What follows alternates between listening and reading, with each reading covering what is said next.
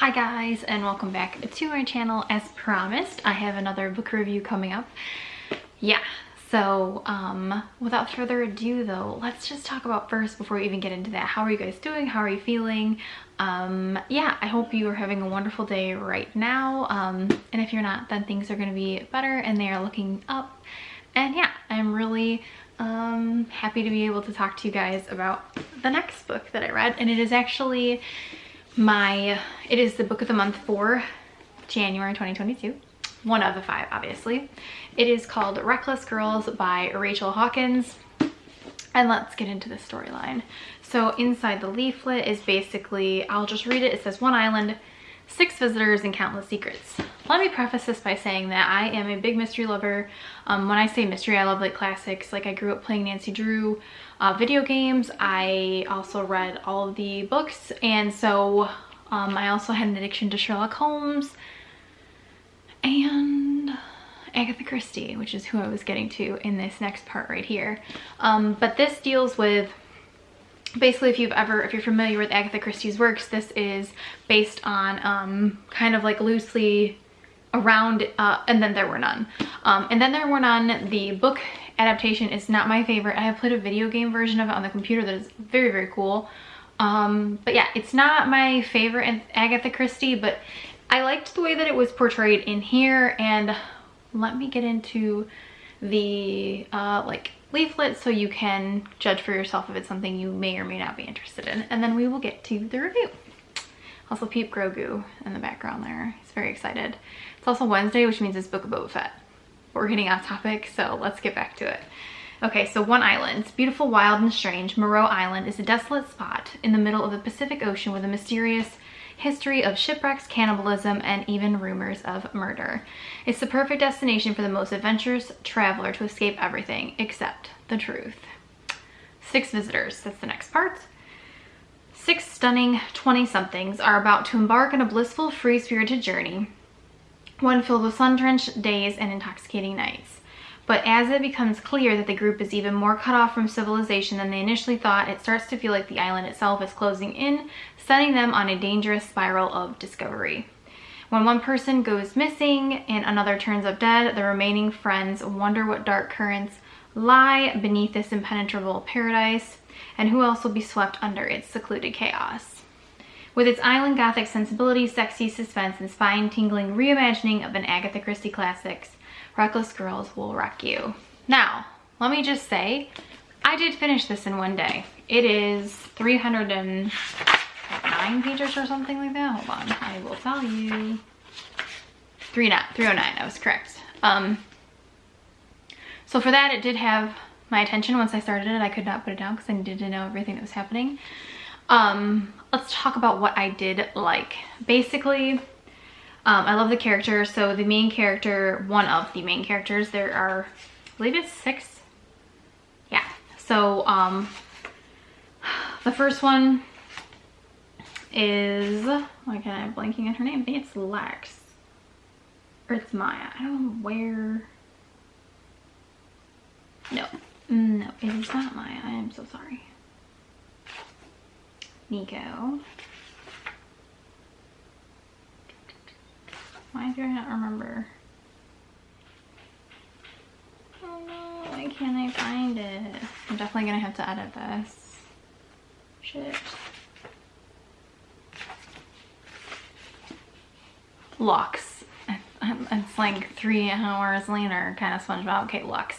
Lux is the name of one of the main characters, the main girl in this. Her boyfriend Nico basically convinces her. She meets him in San Francisco when she is waitressing, and she's waitressing because she has lost her way, basically because her mom passed away from cancer that was devastating, and she kind of stopped everything in college to take care of her. I related to, obviously, Lux's character. My mom obviously is still with me, but my mom has been a 20+ year non-Hodgkin's lymphoma patient, so she's had cancer treatments off and on throughout my entire life, so I could definitely relate to her on that aspect and the prospect of losing her mom and kind of dropping everything to take care of her. That has been an instance at least a couple of times in my life, not dropping everything or dropping out of school, because thankfully I had my dad who was able to help as well, and my brother, but it is something that I did like a lot about her character and the way that she gets out of it. So basically Lux's dad is no longer in the picture. He is remarried. Doesn't really have too much to do with her. Yeah, it's kind of bittersweet, or not bittersweet, it's sad. He just doesn't really want anything to do with her, and he basically says like he doesn't help, he doesn't do anything for Lux basically. So she meets Nico, and he is charismatic, and he says that he's a sailor, and he is actually a rich kid who does not believe in keeping any of his parents' money. So he is going to be sailing around the world, and she thinks that that sounds brilliant, and let's do it. So she books a one-way ticket to Hawaii. I know, right? In order for them to do that. But while Nico makes his way down there in the boat, he has some issues. And now it has been 6 months later, and they currently haven't gone anywhere, and Nico's not really in a rush to do anything to fix the ship. He doesn't want to call his dad to ask for the money because he's kind of like written his family off, doesn't want to have anything to do with them, so to speak, in this regard. So Lux is feeling kind of stuck. And basically what ends up happening is that she gets let go from her job. This is all within the first. I'm not going to share every detail of this. This is just setting you up for kind of the plot line of this book. And he tells her that he has this lead on this job, and that they're going to pay $50,000 to take them to this remote island, and it's 2 sorority girls. So you meet Brittany and Emma in the next few chapters. There is a little bit of, they kind of go into a dark story that you don't really know. They're not exactly who they pretend to be, as happens with every Agatha Christie kind of type storyline. They are not who they say they are. But nevertheless, Lux and Nico decide that they are going to take them because they not only repaired the boat, but they're going to give them money. And so they're going to spend 2 weeks on Moreau Island. Basically, they do meet a couple of other characters while they're there. I don't want to spoil everything for them, for you on that. It's kind of interesting how everything plays out. So they do run into Eliza and Jake pull up about 2 days after they arrive in a very nice bougie mansion-y thing, and they kind of become close friends. And then of course there is the one uninvited guest. Obviously they didn't know they were going to run into them for about a week. It's just the 4 of them, or the 5 of them, excuse me, on the island, and they kind of share and have fun, and they party and they do whatever, and everything is pretty good.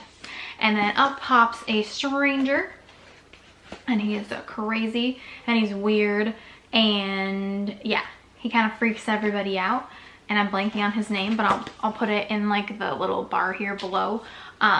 He kind of creeps everyone out, and yeah, there's stuff that goes on with him as a character. It kind of deals with like Lux realizing throughout the novel that she doesn't really know these people. Like, she's spent all this time with them, and she thinks that she's close to them, and it's like this big family unit. And then things start to go kind of awry, as does any kind of island type thing. And it's not fun anymore, and they want to leave, and she wants to go, and she's not feeling good about things, and her and Nico are fighting, and she's wondering if when she signed on for this, if she really thought about the fact that she doesn't really know these people. Obviously, especially she doesn't know Brittany and Emma, and she really doesn't know Nico. She's only known him for 6 months, which is not really enough time to get to know someone. It's a very interesting story. I love the plotline. There's plenty of twists and turns. You learn all about Brittany and Emma's backstory and who they really are and what's really going on with them, which I'm not going to share because I don't want to spoil everything for you. The ones that I gave you were just like the basis plot lines for this novel. But I love the cover of this. I think this is awesome. I just like want to point that out. I love this. I think it's beautiful. Yeah, I think it's cool. Moreau Island is different. It presents its own set of challenges, basically. You can't drink the water, the fish are poisonous, and there is a very thick jungle on it. So if you do not have any resources, you're basically SOL. They go into kind of like the history of the island in the book. I did look it up. Part of it is a true story. I'm not going to get into that because it's more fun to read about it in here, but it is very interesting. I think it's a really good book. I would give it probably a 4 out of 5. And you're saying, Alex, you just told us all these wonderful things about it. How could you give it a 4 out of 5? I'm giving it a 4 out of 5 for a couple of reasons. Number one, it was great. It had lots of twists and turns. The character development is awesome. Usually it's difficult, I find, in standalones sometimes to do that kind of quick character development. You have to do it rather quickly, and if you don't do it well, it can look kind of shoddy and just doesn't feel like believable, at least in my personal opinion. I'm more of a series reader, but I have been recently getting into single ones. The Love Hypothesis totally busted that wide open for me, as well as The Spanish Love Deception. So yeah. Have you guys even heard about Ellie Hazelwood's new books that's coming out in August? Because I am like, oh, and she just came out with an audiobook, Under One Roof. I'm not even into audiobooks, and I'm going to buy that one and listen to it because Ellie Hazelwood is one of my favorite authors now. Absolutely love everything she does and everything she stands for. And yeah, women in STEM. Let's go. But back to Reckless Girls. Sorry, that's my mom yelling at my cat, if you can hear in the background. The things that I didn't like were, at the end, I noticed that when I got to page like 240, I was like, oh, there's only like 69 pages left. How are we gonna wrap this up? And I kind of feel like the ending was a little bit rushed. Things started to unravel very, very quickly. They had already been unraveling prior to that. But it just seems a little bit, I don't know the word for it. It just wasn't like exactly 100% my vibe. Wasn't totally feeling it. That's what I don't like. I didn't like that the ending was kind of rushed. I did like the little epilogue that is at the end. That was kind of cool. It was a really badass moment. I liked that a lot. But yeah, overall it was pretty good. I think there were just a couple of things that I thought were a little bit like plot hole-ish, a little bit, not bad, but for the most part it's a very good read. I would still, recommend picking this up. It is very good. If you have Book of the Month, you can use this. Well, it would be an add-on now because it's January. I actually skipped February because there was not anything that looked of interest to me this month, so I have a credit for 2 next month. So hopefully March is a much better month for selections, at least in my personal opinion, because you can roll the credits to the next month. If you guys didn't know that for Book of the Month, if like, let's say that there's not a book that you're interested in, you can just say roll credit to the next month, and then you won't be charged for this month because you're not ordering one from them. A lot of cool things about that is that they do have lots of add-ons, like Death on the Nile is one of them. Obviously that is an Agatha Christie novel, and the film comes out on February 11th, which would be super awesome. I am thinking about doing a book versus movie adaptation comparison to see. I actually have, and I know this is like blasphemous, I actually have already watched The Hating Game with Lucy Hale, because I like Lucy Hale.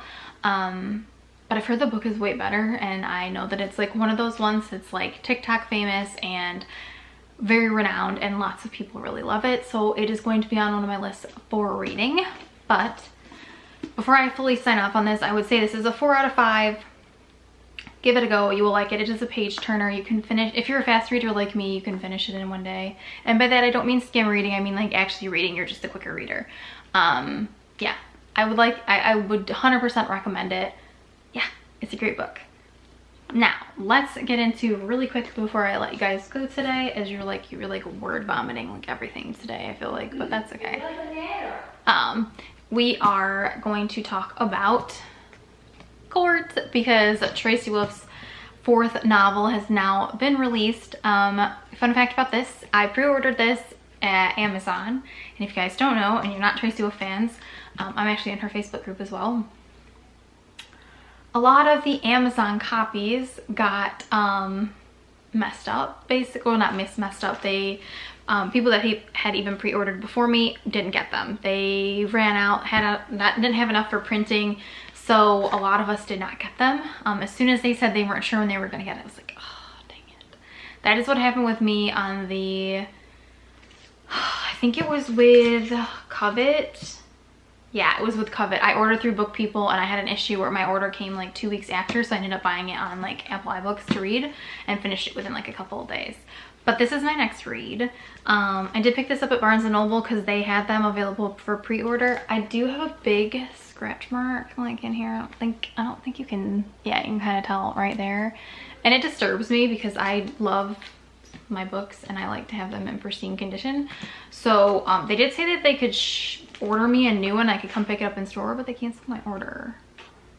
So don't really know what I'm going to do about that. I might still go online and see if I can pre-order another one and then just have them do an exchange because it got canceled last time. but yeah, that's what I plan on doing. If you don't know, this is a vampire series. Crave is the first one, then Crush, then Covet. I do really rate these. I can do an entire like separate video on those if you want. I'd probably have to do a couple of rereads of the other 3 to do a full in-depth review, because obviously I remember stuff from them, but I don't remember every single detail. But this is the 4th one. This is with the book that I'm going to be reading next, as well as I'm reading The High Five Habit by Mel Robbins and Attached.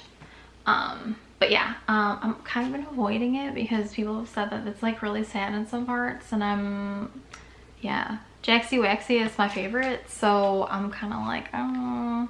And yes, I know that there's a lot of Hudson stans out there. Everybody stans Hudson. I'm still holding out for Grayson Jackson, but I don't think it's gonna happen. But I just want him to be happy, and I love him so much, and I can't wait to read. I mean, I love everybody in this. I love Flint, I love Grace, obviously, and Macy. But I am so excited to read this. I can't wait. I'm gonna start it today. Maybe I'll do a reading vlog on that. I think that'll be something fun to do, because it is like 700 pages, you guys. I don't think I've read something that long since like Harry Potter. So, not that I'm opposed to long books. Long books are life. They just take a little bit longer for you to read and do reviews. And even as a fast reader like myself, this was gonna take me a few days to get through. But yeah, that's where we're at. And this will be my next one. I think I'll do a reading vlog on it so I can take you guys along with my journey. But yeah, I think that's gonna be it for now. The one thing I did want to point out is, I don't know if you guys follow Money Reads, but Money Reads is on here, and it says, yeah, started this at midnight, finished at 6 a.m, no sleep, no regrets on Crush. She was the one that was making a joke that she didn't want to read it because vampires are sexy AF was like so cringy to her, which it is totally cringy, but I still love Tracy. I love you, Tracy, if you ever watch this video. It's still a really good book. I like it. I think the characters are great. I love the world building in it. If you're a fan of Vampire Diaries, Legacies, anything really like of that nature, you will love this book. Vampire Academy as well. Oh my god, I miss that series so much. Let me know in the comments if you guys read that as well. I'm a massive vampire person, so yeah. But yeah, this is my next read, so without saying anything else, because I feel like I've talked your guys' ear off today, that's it for today's video. But I really like talking to you guys, and I can't wait to do the reading vlog on this one and let you know my thoughts. Yeah, I'm really happy. I'm really excited for it, and I can't wait. We've got plenty more, so don't worry. Yeah, we'll do a monthly reading wrap up too at the end of February to see everything I read as well. But have a good morning, good afternoon, good night, whatever time you guys are watching this, and I will talk to you very soon. And remember that if things are not going exactly to plan right now, I still love you, this community loves you, you're worthy, you are valued, you are loved, and things are gonna get better, okay? All right, guys, talk to you soon. Bye.